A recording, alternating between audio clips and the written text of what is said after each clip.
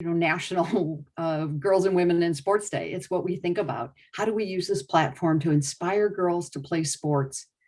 And how do we use our platform of basketball to really encourage women to go into a career in sports? And that's what we're going to talk about today. It's really exciting. At the Fever, we're so focused on using the game of basketball to show our commitment to each other, to compete for wins and for fans and for success, and then to contribute into our society. That's what drives us every day at the Fever. And you're going to hear from folks today that just those three tenets ring true in everything that they do. We're thrilled to be your team, and we're honored that you are our fans of the Indiana Fever. So I want you to sit back and enjoy and engage. We have some great questions. We have wonderful panelists. And I'm more than just proud to tip off this panel today and to be with you, and really grateful to introduce to you our moderator for this panel, Taylor Tannenbaum, who's a sports reporter for WTHR, our great partner. When you see Taylor on the screen, you'll know immediately that she made her career in flag football before this career in broadcast journalism. She did play. She'll tell you about it, I'm sure. But we're glad to have you, Taylor. Thank you for spending your time today on this really important opportunity to have this conversation about opportunities and challenges and experiences that women can have in sports. Taylor, welcome to the Fever team today. Well, thank you so much. It is always an honor to do anything with the Indiana Fever or PSC in general. What you guys do for the community is so big. And I know if I were a young girl entering this industry, I would be looking to people like this, people like we're talking to today, for some encouragement and some insight on what to do and how to build a career and how to be the best woman that I could be. So an honor, as always, as she mentioned, Dr. Barber mentioned, I am the sports anchor at WTHR. I actually was the first female sports anchor at WTHR, which I only joined here in 2019. So it just goes to show you we're always making progress. So I'm honored to fill that role. So I hope in the future, you'll see more people like me on television here in Indianapolis talking sports, which is really, really cool. And what I love about today is it's all about women. And what I want people to remember when you leave here today is there's room for everybody, right? Especially women. And women can be very competitive. And that's a good thing because we all push each other to be better, right? But today is also about girls and women in sports empowering each other and being better to each other, and uplifting each other so that we can continue to make progress in this field, show that we belong, because we do. As you can see, you'll see from the panelists that we have, we belong, and there should be more of us with loud voices. I mean, from the top to bottom, shout out to the first female vice president that was just sworn in a couple of weeks ago. So you see the progress we're making, and this is only the beginning. So it's an honor to be here and to share this with all of you. And without further ado, I want to introduce you to some of our panelists today. So I guess we will start with Miss Marianne, Coach Stanley. We'll start with you. So I'm going to give them the platform to be able to talk about who they are and what they do. So we'll start with you, Coach. Good afternoon. I am thrilled to be here today to help celebrate this really special day in our country and in the opportunities for girls and women in sports. And I'm just thrilled to be a part of this day and to share whatever I can to help further the conversation and further the discussion, and to empower both women and girls to be involved in sports for their health, for their life, for career opportunities and beyond. And I'm really fortunate to be able to work in an industry that I love. I absolutely adore coaching. I've been coaching, fortunately, for a long, long time. I've coached on both the college and pro levels. And people ask me all the time which I like better, and I have the same stock answer. I love them both. And I just love working with people who want to be involved in basketball and to achieve and excel at the very highest level. So I'm able to continue doing that today with the Indiana Fever. This is my second year as the head coach, and the first year during the pandemic was pretty challenging and just unprecedented, as I'm sure we've heard that word used many times this past year.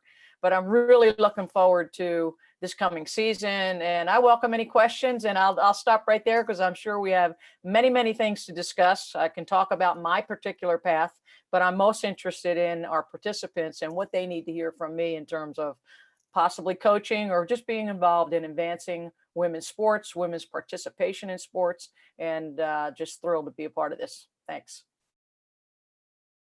All right, up next, we'll do Dianna Boyce.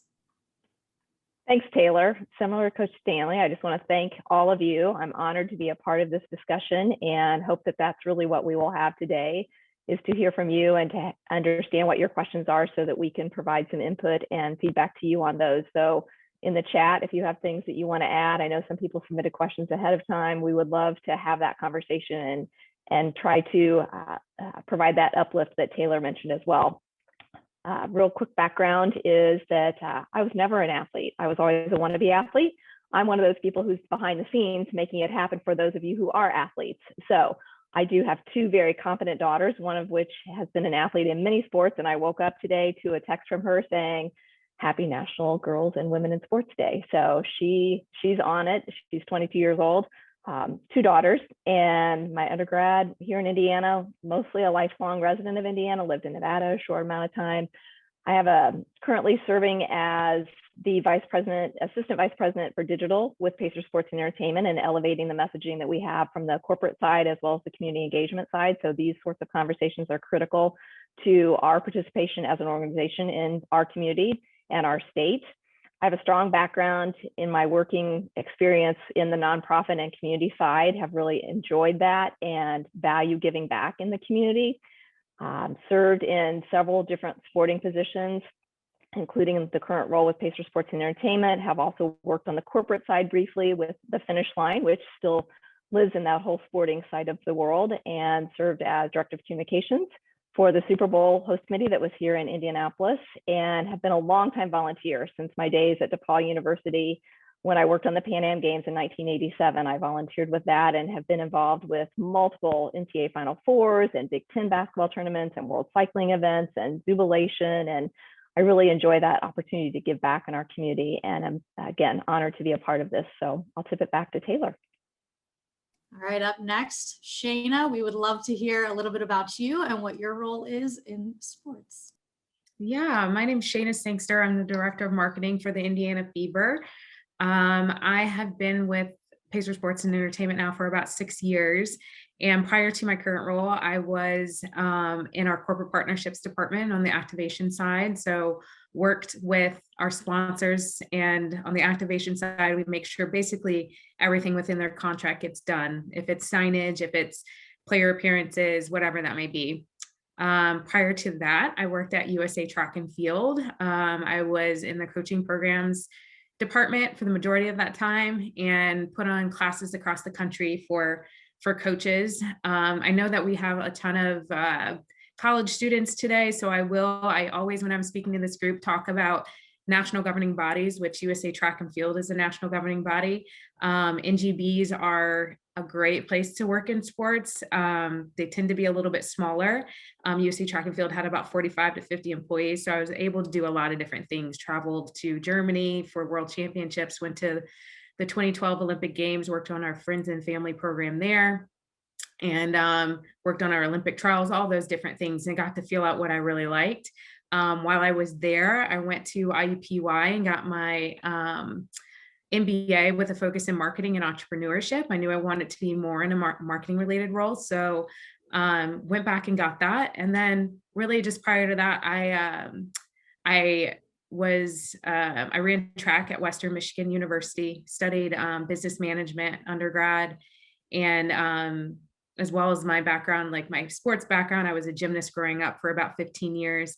Really track and gymnastics were my main two sports, and never played basketball. My parents say I went to one basketball practice and jammed my finger and never went back. So that, wasn't the sport for me, but I love working in the sport. So that is really my story. Yeah, I'm not much of a basketball player either. And up next, one of our other panelists is Naima Stevenson. So give us a little bit of background on what you're up to and what you're going to be doing as well. Thank you, Taylor, and thank you for having me. This has been a real highlight to be able to share some perspectives with young women and women in general on this day. So I was very excited when I was asked to join the panel. As Taylor said, I'm Naima Stevenson Starks. I am, just as of yesterday, the outgoing Vice President for Hearing Operations for the NCAA. And on Monday, I'll be starting with Varsity Brands LLC as their Senior Vice President and Deputy General Counsel. So I got into the sport world through the law. So I went to University of Maryland undergrad and then Harvard for law school, and was hired at the NCAA. I'm going to give away my age a little bit, back in 2006 to be their assistant general counsel. And, you know, I have fell in love with what I didn't realize at the time when I took the job. I had come from a law firm in Washington, D.C., where I had practiced for several years. Coming to the NCAA was a whole new world for me. But what I have come to love and appreciate 15 years later is that it makes a real difference to work for a mission-driven organization. And the NCAA and the opportunity that are provided to young women and men every year to participate in the sport that they love, and while getting an education is, you know, really a pretty awesome mission. And that's what has kept me at the organization for as long as I was there. I was never fortunate enough, as Dianna mentioned, to be a student athlete, always an avid sports fan, but not a student athlete myself. And I will share with this group that one of the interesting things about this experience of transitioning roles right now is that varsity recruited the heck out of me. So I felt like I must have been in another life a student athlete, and got a chance to experience what it's like for someone to really recruit you and feel like you would be able to provide some additional value to, you know, in the case of a student athlete, the team environment that they would be joining, but in this case to another organization, you know, to bring both business and legal, you know, experiences that I've had to help varsity as they navigate through certain issues. So I'm excited about the new opportunity. It was really hard, as you can imagine, after 15 years of being with one organization to make that kind of transition. But one of the things, and we'll talk about this, I'm sure, through the questions, but one of the things that was really touching, and I'll share with this group on this day, is how many women at the NCAA reached out and just said, you know, how inspiring my career progression at the NCAA had been, coming in 2006 and, you know, elevating all the way to a vice president within the organization over the course of that time, you know, and doing it while, you know, I have a four-year-old little girl and a 7-year-old little boy, and people have seen, you know, me grow, my family grow, my career grow, all in the sports industry. So it'll be good to chat about that as we go through the session. All right, great. So now that you know a little bit about the panelists, we got some incredible questions from you guys already. I know I already see a couple popping up in the chat. So if you do have any along the way, please feel free to put them in there at the end. We hope to get to some extra questions. You see, I have my phone here. We have a long list of questions you guys submitted. So I'm gonna kind of pick at random some ones that I think are good. So we're gonna start, and I'm gonna give you a shout out because I appreciate you for submitting your questions. So Anna Burke, I know some of you guys talked about if you played sports or you didn't, or why you got into it, but what inspired you the most as a young girl? And specifically, what did you wish maybe you'd been told as a young girl that could have been a catalyst for your future, could have maybe changed things a little bit for you? So I'm not sure who wants to start. If there's anyone specifically that wants to start, I think this is a good one for maybe all of you guys to answer. So again, what inspired you as a young girl, and what's one thing you wish maybe you would have been told as a young girl that could have changed things? So Shayna, you want to start? Yeah. So first, what inspired me, I think, and this is a perfect example of like what Naima just said, was seeing other people like me doing amazing things. So as I mentioned, I was a gymnast. I started when I was 2 years old till the time I was 17. So for 15 years. And Dominique Dawes was one of my favorites because she looked like me and she flipped like me, or I like to think that I flipped like her, but I don't know if that was absolutely true. And so I was definitely inspired by seeing those athletes because, you know, gymnastics was kind of predominantly white sport, and just seeing someone that looked like me made me feel like I could achieve. And then something I wish someone had told me, to be completely honest, I got to look at some of your questions prior to today. So I had to think about this. And as a gymnast, I was at a pretty intense gym with a pretty hardcore coach. And I think a lot of the things, like when they would say, I need you to get up on this 4-foot tall beam that's 4 inches wide and flip and land on your feet, I'd be like, you're crazy. Like, you want me to do what? Even though I was well trained, they knew I could do it. I just had a very sense of fear because they were asking me to do something that was really honestly dangerous, but I had been trained since a very young kid to do these things. And so I think that translates well, because I've heard this quote before, but some of the best things in life are on the other side of fear. And so I think if at that time someone had just told me that, of like, you know, this looks scary now, but the feeling that you will receive when you finish that skill, or when you land it, or when you compete with it, will be worth the fear and the training and everything that went into it. And I think right now, I'm in addition, I didn't mention this earlier, but in addition to my role at the Fever, I own a cycling studio. So I'm an entrepreneur as well. And that is fear 24/7. If anyone owns a business, that is, especially during a pandemic. So it's just a good reminder that the good things in life are on the other side of fear. And sometimes you just have to fight through that stuff. I'll go. Mine is not a what, but a who inspired. It was my mom. I know that seems like a very patent answer, but it really is the case.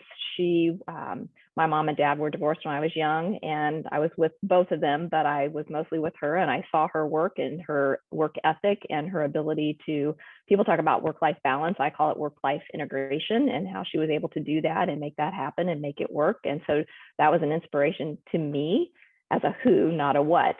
And then the second part of that question is something I wish somebody would have told me when I was young, is never be afraid to ask. The worst you're going to get is a no. So to the point that Shayna made earlier, you know, people asked her do something that she maybe wasn't comfortable with, and she could have said no, but never be afraid to ask, because you don't know what the answer is going to be until you ask.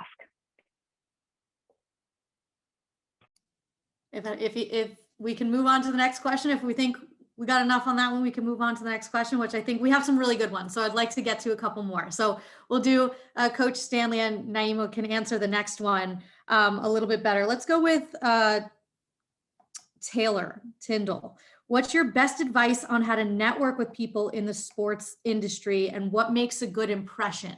You guys see a lot of people. I mean, a lot of people work under you. What makes the best impression, and what's your best advice for networking, I guess, in that sense? I can jump in on this one. You know, I think obviously being a member of your coaches associations, you know, be active in your membership, reach out and seek the advice and the counsel of people who've been in it for a while. You would be very surprised that, you know, coaches are people who like to share. I always say this is one industry where, you know, plagiarizing is a good thing. You know, we learn from each other all the time. And so coaches are very willing, I've found, to share information and to help younger coaches in particular. But I would say that that's number one. Get involved in your coaches association, whether it be that high school, college, or beyond, and be very active, and don't be hesitant to reach out to other people in your association and other coaches that you know. On that same token, I think it's helpful to go and watch, if you think you really want to get into coaching, go and watch some practices of people who are regarded highly in your particular sport, whether it's basketball, you know, track and field, whatever it might be. Ask them lots of questions and be willing to get out there and just be proactive. Okay, advocate for yourself. I know for us, coaches are welcome to come to our practices whenever. All they have to do is reach out and ask. So again, I think coaches, generally speaking, are people who like to share and are very, very willing to help younger people who are just getting started out. So Taylor, I would say similarly, certainly getting involved in any kind of organizations that can give you access to people that you're in the fields that you're interested in. So similar to Coach Stanley, for me, given that I was in the legal field, there's an organization that I'm on the board of called the Sports Lawyers Association. And you've got everyone from agents to folks that are in different positions within the general counsel's office of teams, to a couple of folks who have ascended to spots as commissioners of various sports organizations. And you just have a wide variety. And that's another thing that I think is important as you're thinking about opportunity in sport, is to not only think about the sports organizations themselves, but the apparatus around it that support sport, right? So you've got all kinds of, marketing related entities, a place like Varsity where I'm going, you might not necessarily think of that traditionally as sport, but they are the largest, I think, athletic uniform apparel provider in the country. So that's a different way of being engaged in sport, than the traditional ways that you might normally think of. So getting involved in, either conferences or organizations that have conferences where you can actually have access to some of the folks, that might be able to provide opportunity for you down the road, I think is incredibly important. The second piece is to approach it as relationship building instead of just networking. So when you're meeting people and you're engaging with people, it should be with an eye towards trying to, establish a relationship, because I think that's how you end up with the opportunities down the road. A young woman that I've met, at a certain event, if she's really taking an interest in trying to build a relationship, then I would naturally think about her when there's an opportunity, versus just networking, because then sometimes that comes off as just networking. So those would be my two pieces of advice. That's a great piece of advice. And I know in my industry, in television, if any of you out there are wanting to go into TV, broadcasting, sports, sidelining, it's all about who you know. And yes, you have to have a reel, you have to be talented on TV, but I promise someone will give you a chance if they know you and they like you and they see you as a decent person. So that is like one of the best piece of advice you can give is build those relationships, and because you never know when it's going to pay off in the end. It might be someone way above you, but you're going to work your way there eventually. And eventually, maybe you guys can have some kind of relationship when it comes to actually working together. We've got a lot of questions about obstacles and being women in a male dominated industry. So kind of combining all of those together. I know Carrie Dodson mentioned it, Reagan McCoy. As women in the industry, do you ever feel like the cards are stacked against you because it's so male dominated? And how do you overcome those barriers? So I guess the first part is, do you feel like we're still trying to make some progress here? And have you ever had a moment where you felt like you've had to overcome those barriers? And this is free for whoever wants to start it first.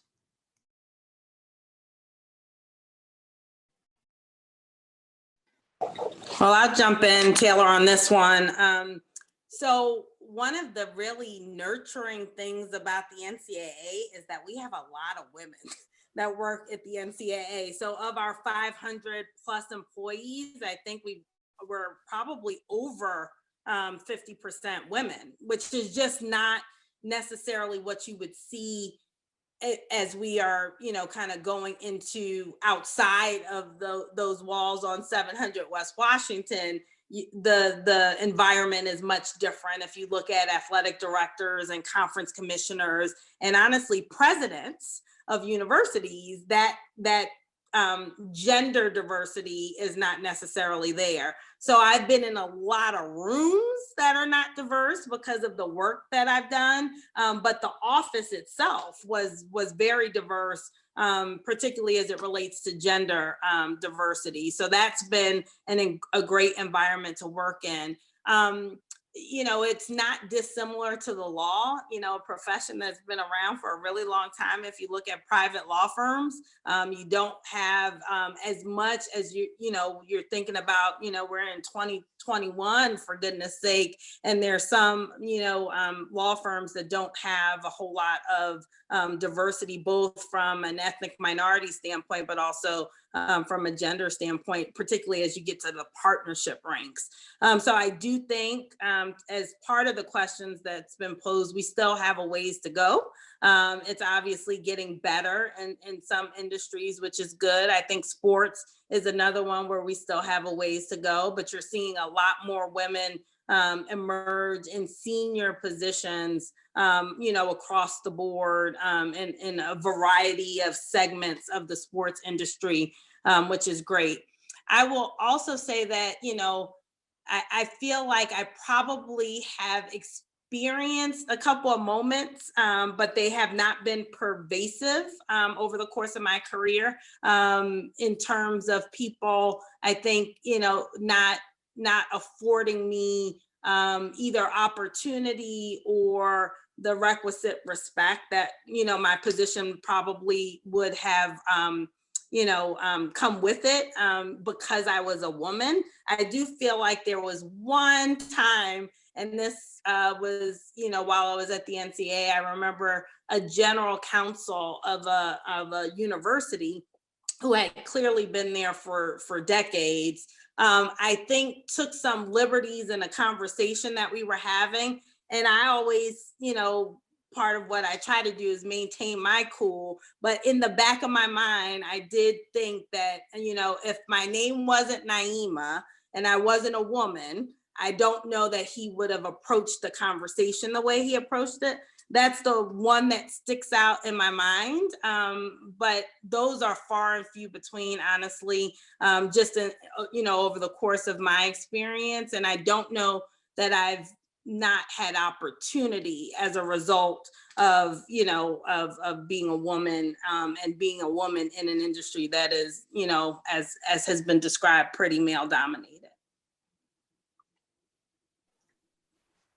Well, I've been very fortunate to have had the opportunity to coach from a very young age. I've been coaching a long time, and the landscape has changed considerably since when I first started. And now we're seeing many more men come into coaching women's sports, be it basketball, which is my sport, or others. And what I can tell you right now is a pretty exciting time for women coaches in basketball on a lot of levels.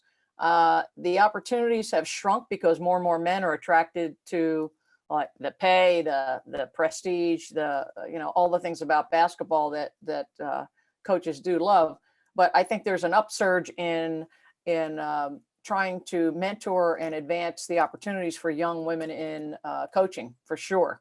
So I would encourage anybody who is interested in coaching to really push forward, bring the energy, bring the enthusiasm, and just go for it. And don't let anybody tell you any different.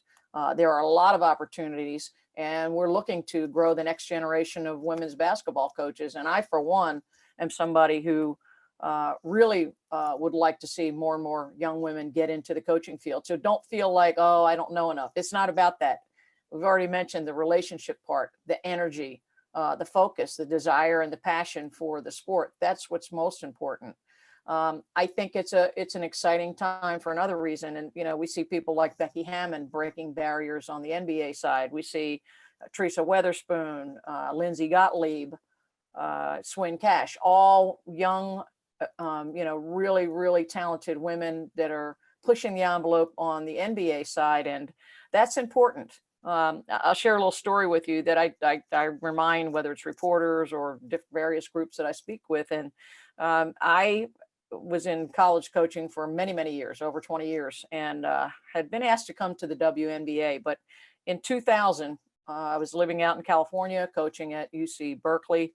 And at the time, the LA Sparks had a position that was open. And at that time, Michael Cooper was the head coach. Very long story short, I said, you know what? In all my experience as a college player, as a college coach, you know, the one thing that I haven't said is, you know, coaching on the professional level. And I wanted to know, was there something about the Showtime Lakers that Coop was a part of that could enhance my coaching ability that I didn't already know? So I decided to leave the college game and go to the Sparks to work with Coop. And one of the things that first season that I worked with him that I learned was that both he and Bill Lambier, who at the time was coaching a team in the WNBA up in Detroit, both of them would consistently answer this question this way. When reporters would ask them, you know, is there something different about coaching women, you know, than coaching men? And both of them would immediately say, no, I don't teach a female pick and roll. I teach a pick and roll. So like they're going about it just the same way, business as usual. You know, no, we're not seeing the dunking, but in terms of teaching the game, knowledge of the game, expertise in the game, all the same. And to this day, that's over 20 years ago, to this day, you know, they maintain that. So now flip the script. We see women coaching on the NBA side that are saying basketball is basketball. It's all the same stuff. If we can have female astronauts and female neurosurgeons, we certainly can have female basketball coaches handling all populations and constituencies, including the guys. And in fact, I think in many ways, talented women who know their stuff can bring a different perspective to the NBA that guys just don't. And there's a special relationship a lot of times between these really talented women and the young men that they work with. And so don't ever let anybody tell you that you're not enough or you don't know enough. You don't need to be the expert of experts, but you need to love it. You need to be passionate. You need to bring an energy to it. I agree. Men and women's brains are physiologically programmed differently. So there is something to the balance too of having that working relationship between men and women, whether it's in a boardroom or whether it's on the sidelines of a game. So I think that's really critical. And some of the names that you mentioned who are breaking some of those barriers and how we're hearing about them, Sarah Fuller on the Vanderbilt, you know, first Power 5 person to score in a football game. And we're hearing about the refs, the female refs in the NFL and the NBA and being on the court. And I look forward to the day where those aren't stories, that because they're just happening, right? 100%. Absolutely. I thought of the same thing as Coach Stanley and Dianna were talking, because similarly, not just on the court, coaching and the refs and the participation, but you've got Michelle Roberts running the union for the basketball, the men's side of the basketball, the NBA. And I just found that to be tremendously fascinating. And that's been several years ago now, and she's thriving, and I think the players have really galvanized around her. And it probably is in part based on what Dianna just shared, that our minds are wired a little differently, and that's a good way to complement and advance some of the agenda, you know, that the NBA players might have. So we've seen it. We see it with the Dallas Mavericks as well in terms of front office positions, you know, happening where it's women. We see it in baseball. We saw that recently as well. So it's happening. I think we still have strides to make, but it's certainly happening. Kelly Krauskopf, the first female GM on the NBA side of things, right here with our own Indiana Pacers. Yeah. Proof that you can do it. I do have one comment in here this is for Coach Stanley from Bria Goss. As previously stated, the worst someone can say is no. So with that being said, can I come back for training camp this year? So it looks like we have someone taking their first piece of advice today. Bria, you know, send me the videotape, reach out to my boss, Tamika Catchings, and we'll talk. How about that? That's fair enough. We'll do an eval and we'll see where it goes from there. All you can do is get the ball rolling.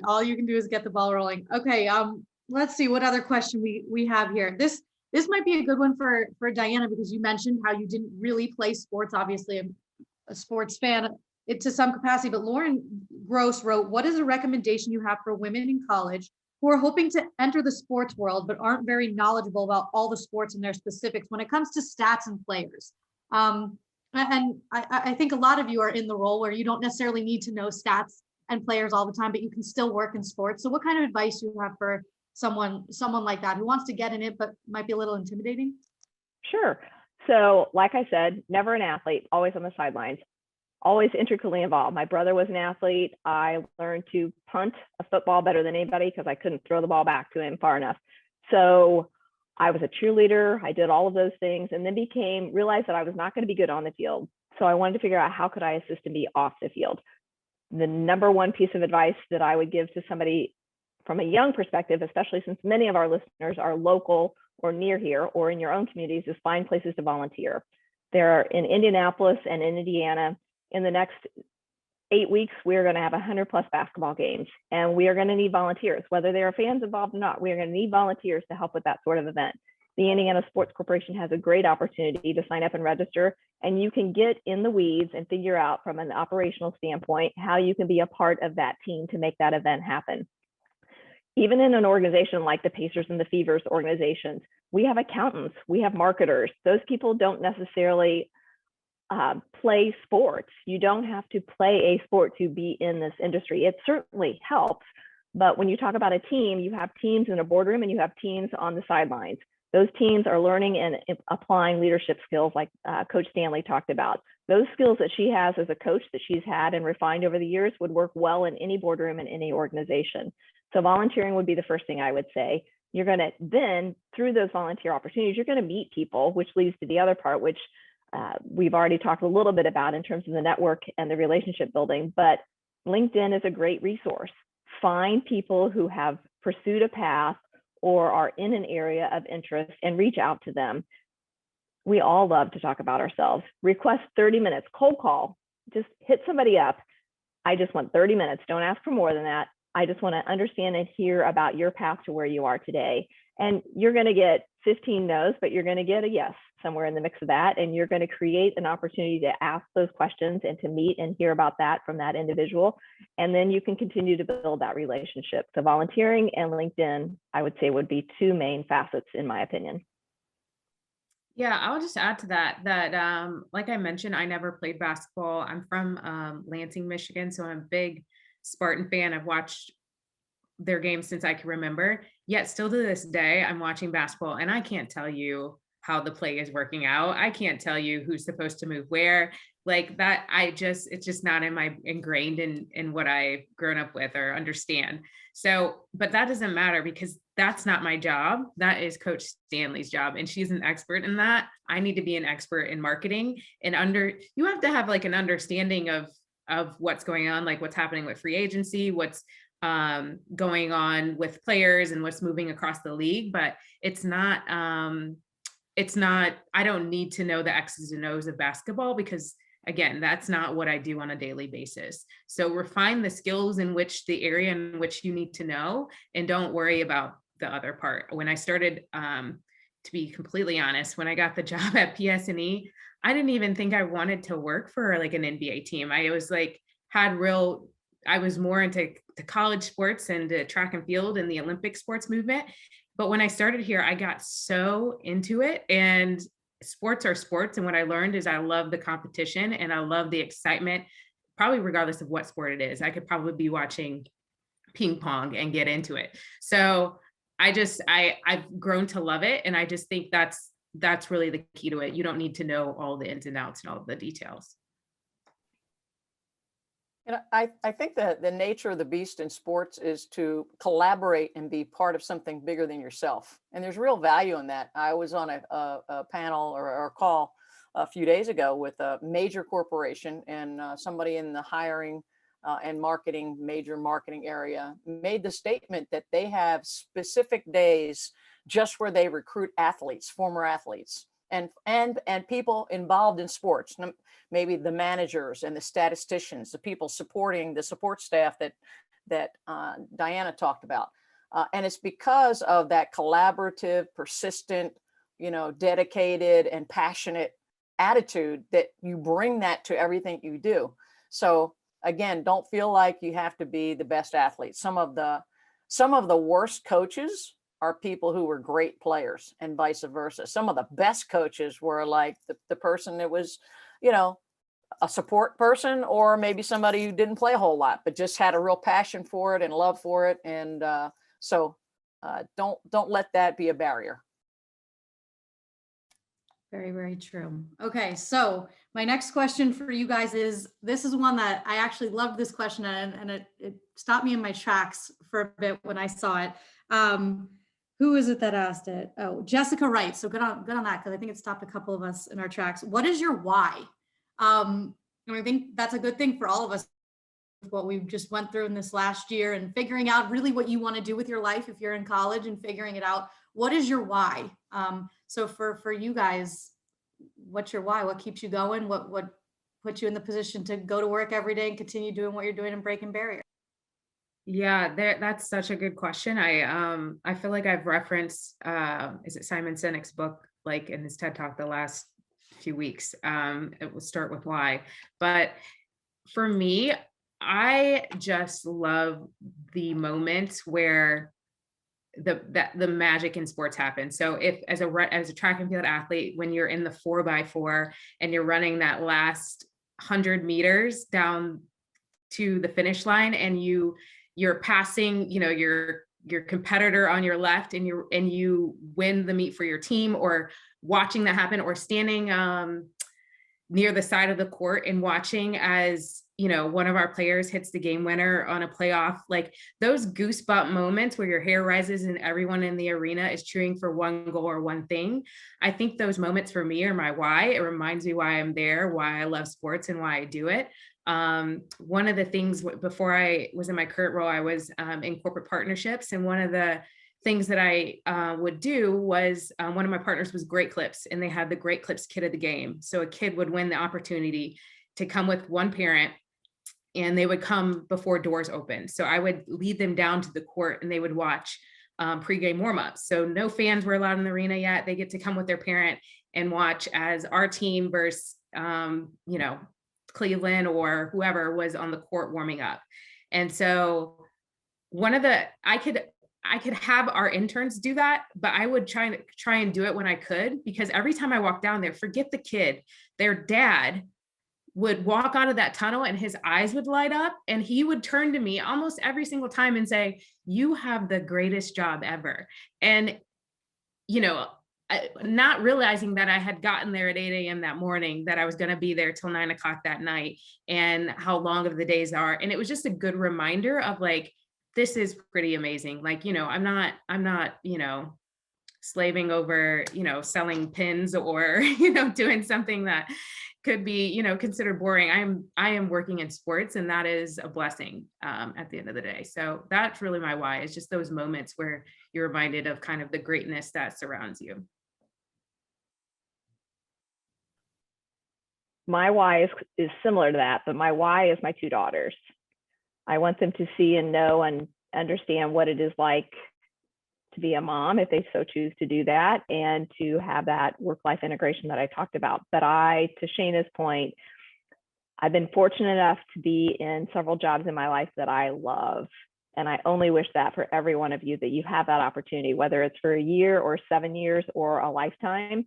To have a job that you love just makes it very different. To be able to have those goosebumps moments that Shayna talked about are just incredible. And I love that I've been able to find that balance, and I've been able to have those opportunities. There are sometimes in my life where I've had a job, and it was a job, and it was a means to the end, and that was fine.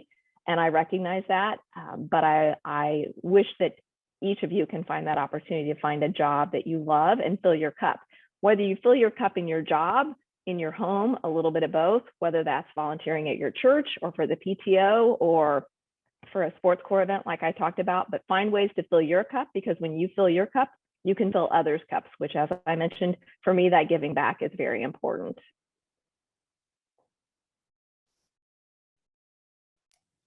If anybody else wants to add their why, you can feel free. Well, I do also want to note we have 15 minutes left. So if anybody has questions that aren't submitted that you've thought of while we're talking, please put them in the chat. like Priya, we will read them. If you, so yeah, we'll get to that. But if Naima or Coach Stanley has your why. Yeah, so I'll jump. Coach Stanley, you want to go first? No, go ahead. Okay.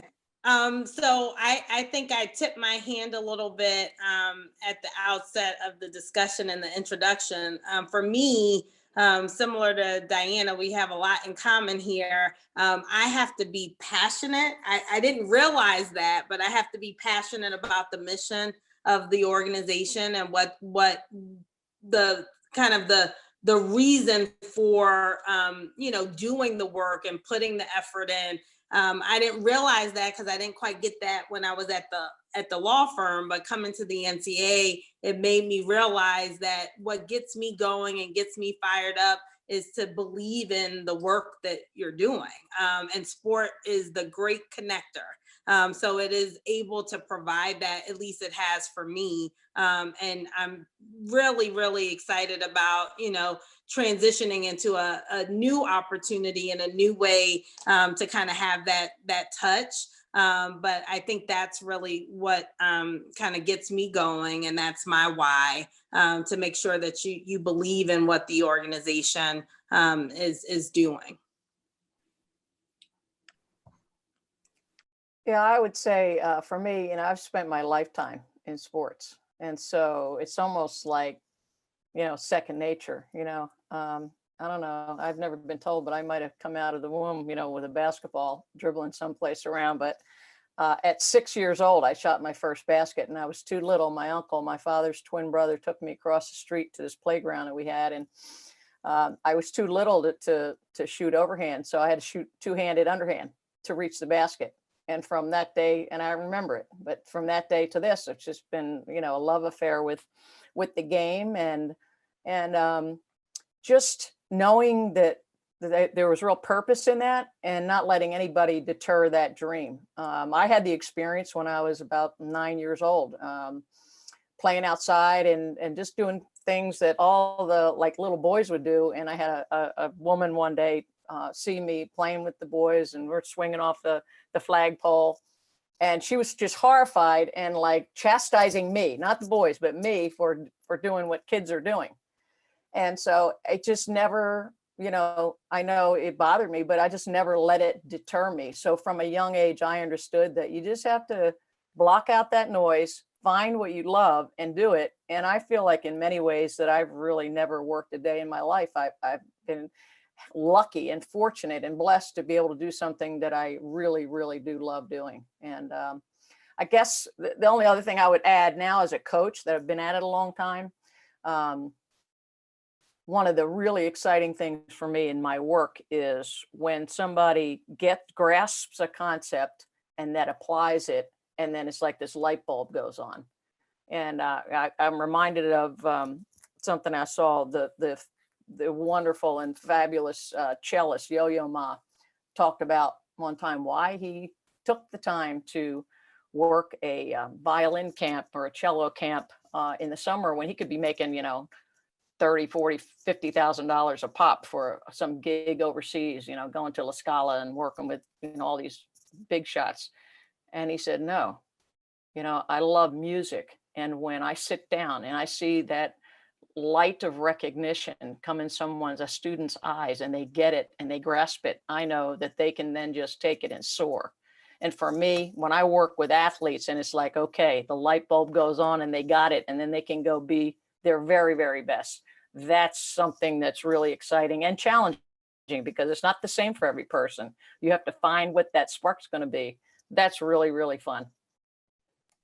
Love that answer. We do have a couple of questions that have been submitted. So this one, have you ever experienced imposter syndrome? And if so, what did you do to combat it?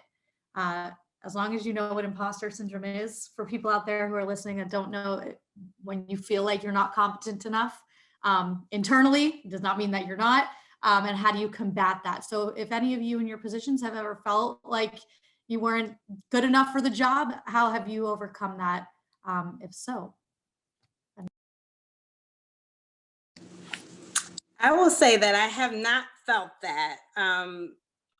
but one of the reasons I think that has never crept into my mind, I remember this moment vividly, being a young associate at a law firm that I worked at.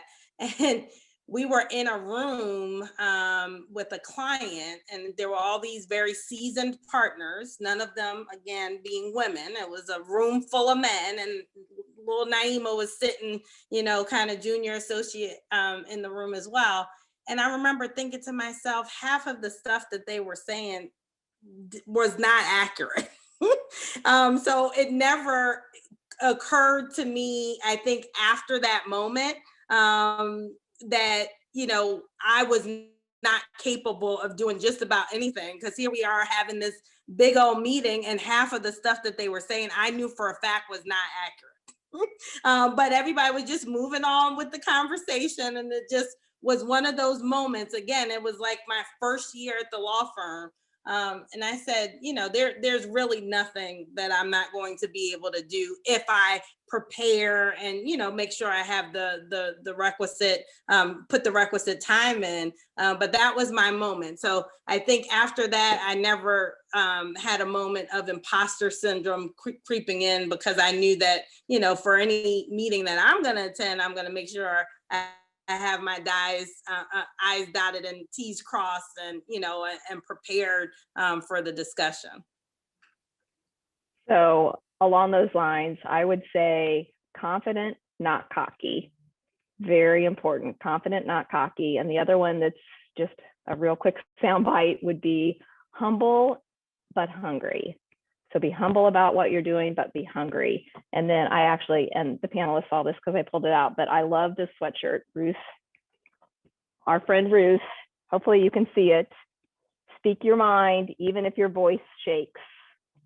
So speak your mind, be willing to speak your mind, even if your voice shakes. Coach, you have something? Well, I'm just reminded that nobody's perfect. You don't have to be perfect. Know what you know, own what you know, seek out what you don't know, keep improving. Like, I think it's really important, no matter the industry, no matter your position, to always be a student of whatever it is that you're passionate about. I'm a student of the game. I love learning something new, or a different way of expressing an idea differently than how I might do it. It's all about, again, are you passionate to keep learning? When you start being interested enough to acquire new information, well, that's the time to start worrying about that kind of stuff. But in the meantime, learn from mistakes. Don't be afraid to make mistakes. To me, the person not making any mistakes is usually somebody who's not doing much. They don't step out there and take the risk. Okay, so I can't say that I've had the experience. I kind of just go with what I believe strongly in. And then when I fall short, I'm going to examine it, evaluate it, and try to be better the next time out. That's what I think people in sports generally try to do. But the good ones, that's how you learn. That's how you get better. Absolutely. And if there's people in the room who believe that you deserve to be there and you don't feel like you do, remind yourself there's a reason they think that you're worthy. There's a reason for that. And you may not see it, but somebody else does. And so remind yourself, when you're in that position, you feel like you might not be good enough. There's a reason you made it there. It's not most of the time by luck. That's hard work, dedication, and who you are. So people see that, people recognize that, and that'll get you far. We have a couple more minutes. So as a recent graduate, should I try to take positions outside of the sports industry right now, given the additional difficulty getting into the industry with all the craziness? Is any experience good experience? So this might be good for Shayna, because I know marketing is a good department. You can probably hop in and out of sports. Not my. Yeah, I could definitely speak to that. I do think experience is good experience, as long as it relates to the field and what you want to get into. So if it's marketing, if you have another marketing role in another organization, I think that works. Accounting or finance or law, I think that all works. And if it's not related to your long-term goal, what I would say is do, as Dianna mentioned, volunteer, network, have conversations with the people doing the things that you want to be doing. I've had several people reach out during this pandemic. I've had people reach out and just ask if they can do informational interviews. I've had people reach out on LinkedIn to connect. And the other thing I will say is be persistent, because my inbox was out of control. I had a lot of things going on. And so the person that had emailed me, we were supposed to set up a call, it just fell down the list on my email inbox. She stayed persistent and kept asking and following up, and not in a pesty way, but just, hey, just would love to connect with you. And so because she did that, we eventually connected. We had a conversation. I now know who she is. We'll think of her when something comes up or when something of interest comes up. And also, this is, especially Indianapolis, it's a small city. I mean, and it's a small sports world. There's the NCAA, there's USA Track and Field, there's USA Gymnastics, USA Diving, USA Football, the Colts, the Indians. So there's a lot of opportunities. So even if there's not a position here, if I think of someone or you reach out to me and say, hey, I know we chatted last month, I'm really interested in a position at the Colts. Do you know anyone there? Yeah, I do. So maybe I can give them a call for you or set something up. So although, you know, things aren't necessarily available, I think volunteering is huge. I think, you know, we don't have our internships. We're not back there yet for Pacer Sports and Entertainment, but, you know, just yesterday I had a coworker tie up 80 t-shirts for National Girls Women's Sports Day to throw out at the game yesterday and to promote today's webinar. And I'm pretty sure she would have taken some volunteers to help tie all those up and put on the little note talking about National Girls and Women in Sports Day. So there's definitely opportunities, especially as we walk into the Fever season or the Pacer season. So I would just reach out and see where you can be of help. We can at least go with one more question, I think, right? This is a decent one from Grace, and I've experienced this. So are there any expectations for women working in sport that men might not necessarily have to live up to? And do you have any advice related to that? Any expectations?